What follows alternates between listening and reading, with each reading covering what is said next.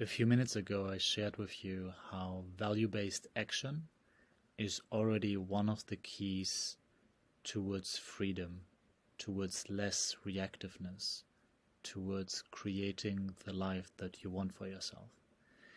Before ending this session, I would like to introduce you to another key. We said that if you are successful, you will be happy. And reframed that into true happiness comes from designing a life that works for you.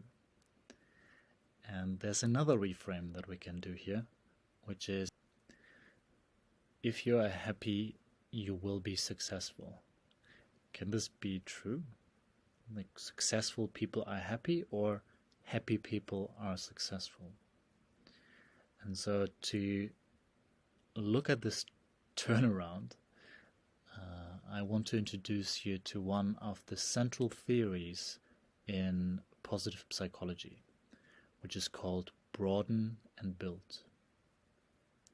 Broaden and Build has been developed by Barbara Fredrickson in 2004, so 18 years ago, and since then it has been one of the most cited theories in psychology. Broaden and Build states that experiencing positive emotions like joy, love, contentment, interest, happiness, awe, gratitude regulates our nervous system, opens up our mind from very narrow processing to more general processing, and through this broadening effect expands our inventory of thoughts and actions, expands what we're able to do, what we're able to think about. And through that, through these new actions, through these new thoughts, we develop new physical, mental, and social resources. And that transforms us in such a way that it advances our personal growth, we're developing new capacities, and we're actually able to experience more positive emotions. And you can see this as an upward spiral, where the more joy you experience, the more open you are, the more you attract, for example, potential collaborators, jobs, friends, lovers, romantic partners. And that sets you up for more and more success. Well, there's the process of broaden and build, which is an upward spiral. This is also true for the other way around, a process which has been called parasitic processing by the cognitive scientist John Vervaeke. In this process, we interpret a situation as negative, which makes us kind of constrict ourselves. We get angry, for example, and we're like our whole nervous system contracts, and which leads us to push away opportunities. It leads us to destroy our environment, for example, through angry responses, through thoughtless action. And this actually brings us into a pretty bad space where we are becoming more and more fearful of our environment and think that only bad things are going to happen to us, which makes it more likely that we interpret future situations as negative, sending us into a downward spiral. So I would like to take you a visual that is very impressive, but to be taken with a big grain of salt. But I hope that it helps you to situate yourself a little bit on this upward and downward spiral.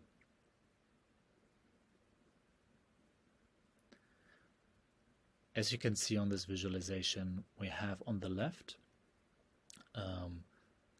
the experience of one person moving from contentment to hopefulness to optimism to positive expectation, belief that everything is gonna be all right, to enthusiasm about the future, passion, and then joy.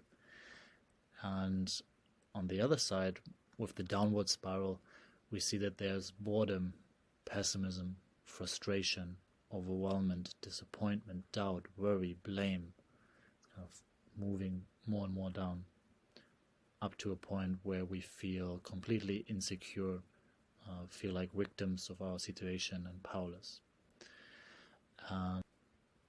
Before we look at the probably by now obvious antidote to this situation, I would like to ask you to situate yourself on the spiral.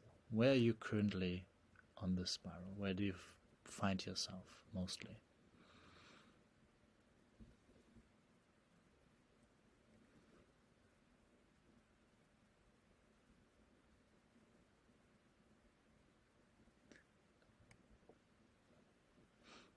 Okay, now I want to introduce you to the antidote, which is at the same time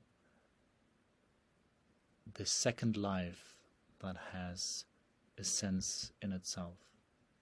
It is commonly described as the pleasant life, and in the pleasant life it is about taking care.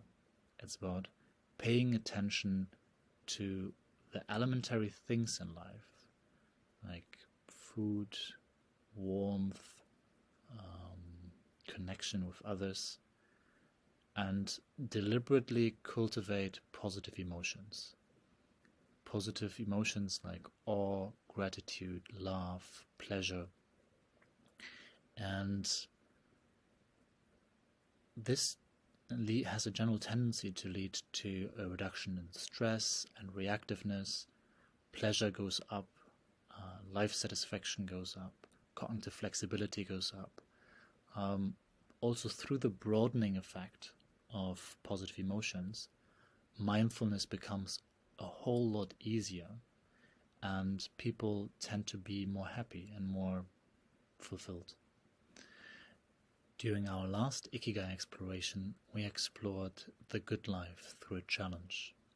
So let's do the same for the pleasant life and really start to own our values and cultivate positive emotions. So I want to summarize here again the pleasant life as cultivating positive emotions to enjoy life and create enough space to do what really matters. And above you can see some of the positive emotions that can be created.